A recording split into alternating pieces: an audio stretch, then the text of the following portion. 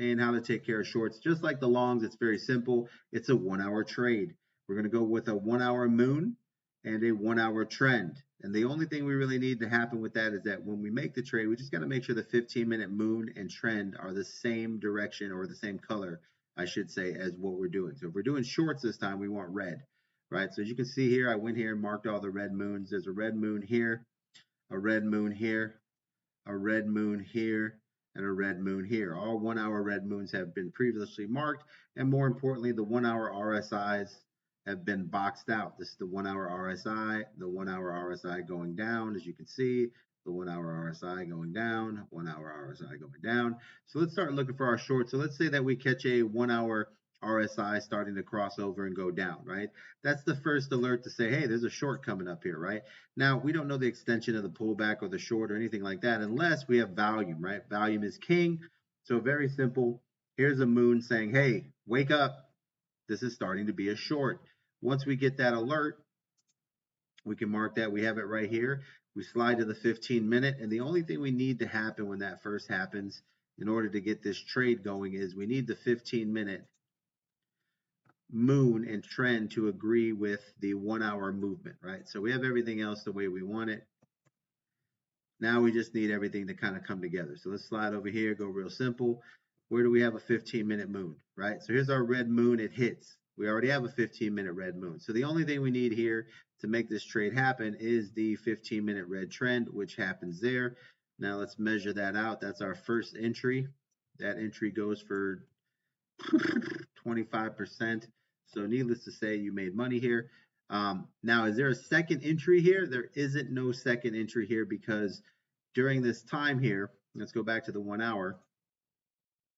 There is no change in the trend at that time, and I'm just going to mark the 1 hour trend here because it might already be here. Now let's go back and take a look. All right, so we do have a 1 hour trend, and I'm going to mark that here.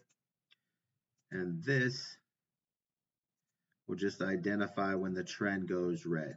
And I'm going to turn this one red, just so that we know that's the beginning of the 1 hour red trend. And the other one is right here. These are the moments that we would be looking into what we call second entries, right? If we need to get into them. All right, so those are the trend trades right there. I'm actually going to make these pink so that I could tell a little bit of difference versus the RSIs that I already have up there. But it's real easy to do the short. It's just basic. You catch a 1 hour red moon, right? The first signal is the 1 hour RSI starts to cross over. You set your alert for your 1 hour red moon. It pops up. You slide over. You look for a 15-minute moon to confirm and say that this is a trade happening, and there it is right here. And then all you need is a 15-minute red trend to confirm an entry point, which we get. And then you see a big move to the downside. And the second entry, like here's your moon, and you get a 1 hour red trend.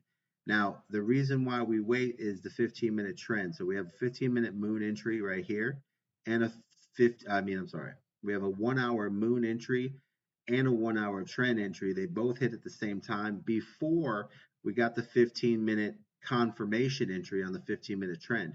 So that means that this is probably going to be a big dump, right? Because you got both of them at the same time. Now, when that happens, you can expect a little more of a pullback because you've got your first entry and your second entry hitting at the same time, meaning that when the confirmation happens, right? So here's the confirmation, red moon, here's a trade, 15-minute moon confirms it, entry on the 15-minute trend here. During waiting for the entry, we ended up catching a red trend on the 1 hour. So not only do you have a 1 hour moon, but you have a 1 hour trend. So that means it's probably going to dump even harder, which obviously it did. This was a 26% move, something crazy like that. Easy, if you're doing a 50x on that, you got about 2,000% on that. Pretty crazy. But that's kind of like the basis. Now, as we move forward, move to the next point, which is after that move, we have the first entry and the second entry out of the way, so there are no more entries at that point. And then as we let it reset, goes back to whatever it's doing, then we end up catching another red moon here. When that red moon comes in, notice here that we have a situation where we have a green 15-minute moon. So we can't enter that short until we get a 15-minute trend, which is here, and then the red moon, which is here, which means our entry point would have been somewhere off of this candle here. And then you can see at that point, this entry to there would bring us another 20 some percent in that zone right there. Now moving forward, once again, we slide across. And at this point, we already have a 1 hour red trend. So that's the first move. We always talk about, guys.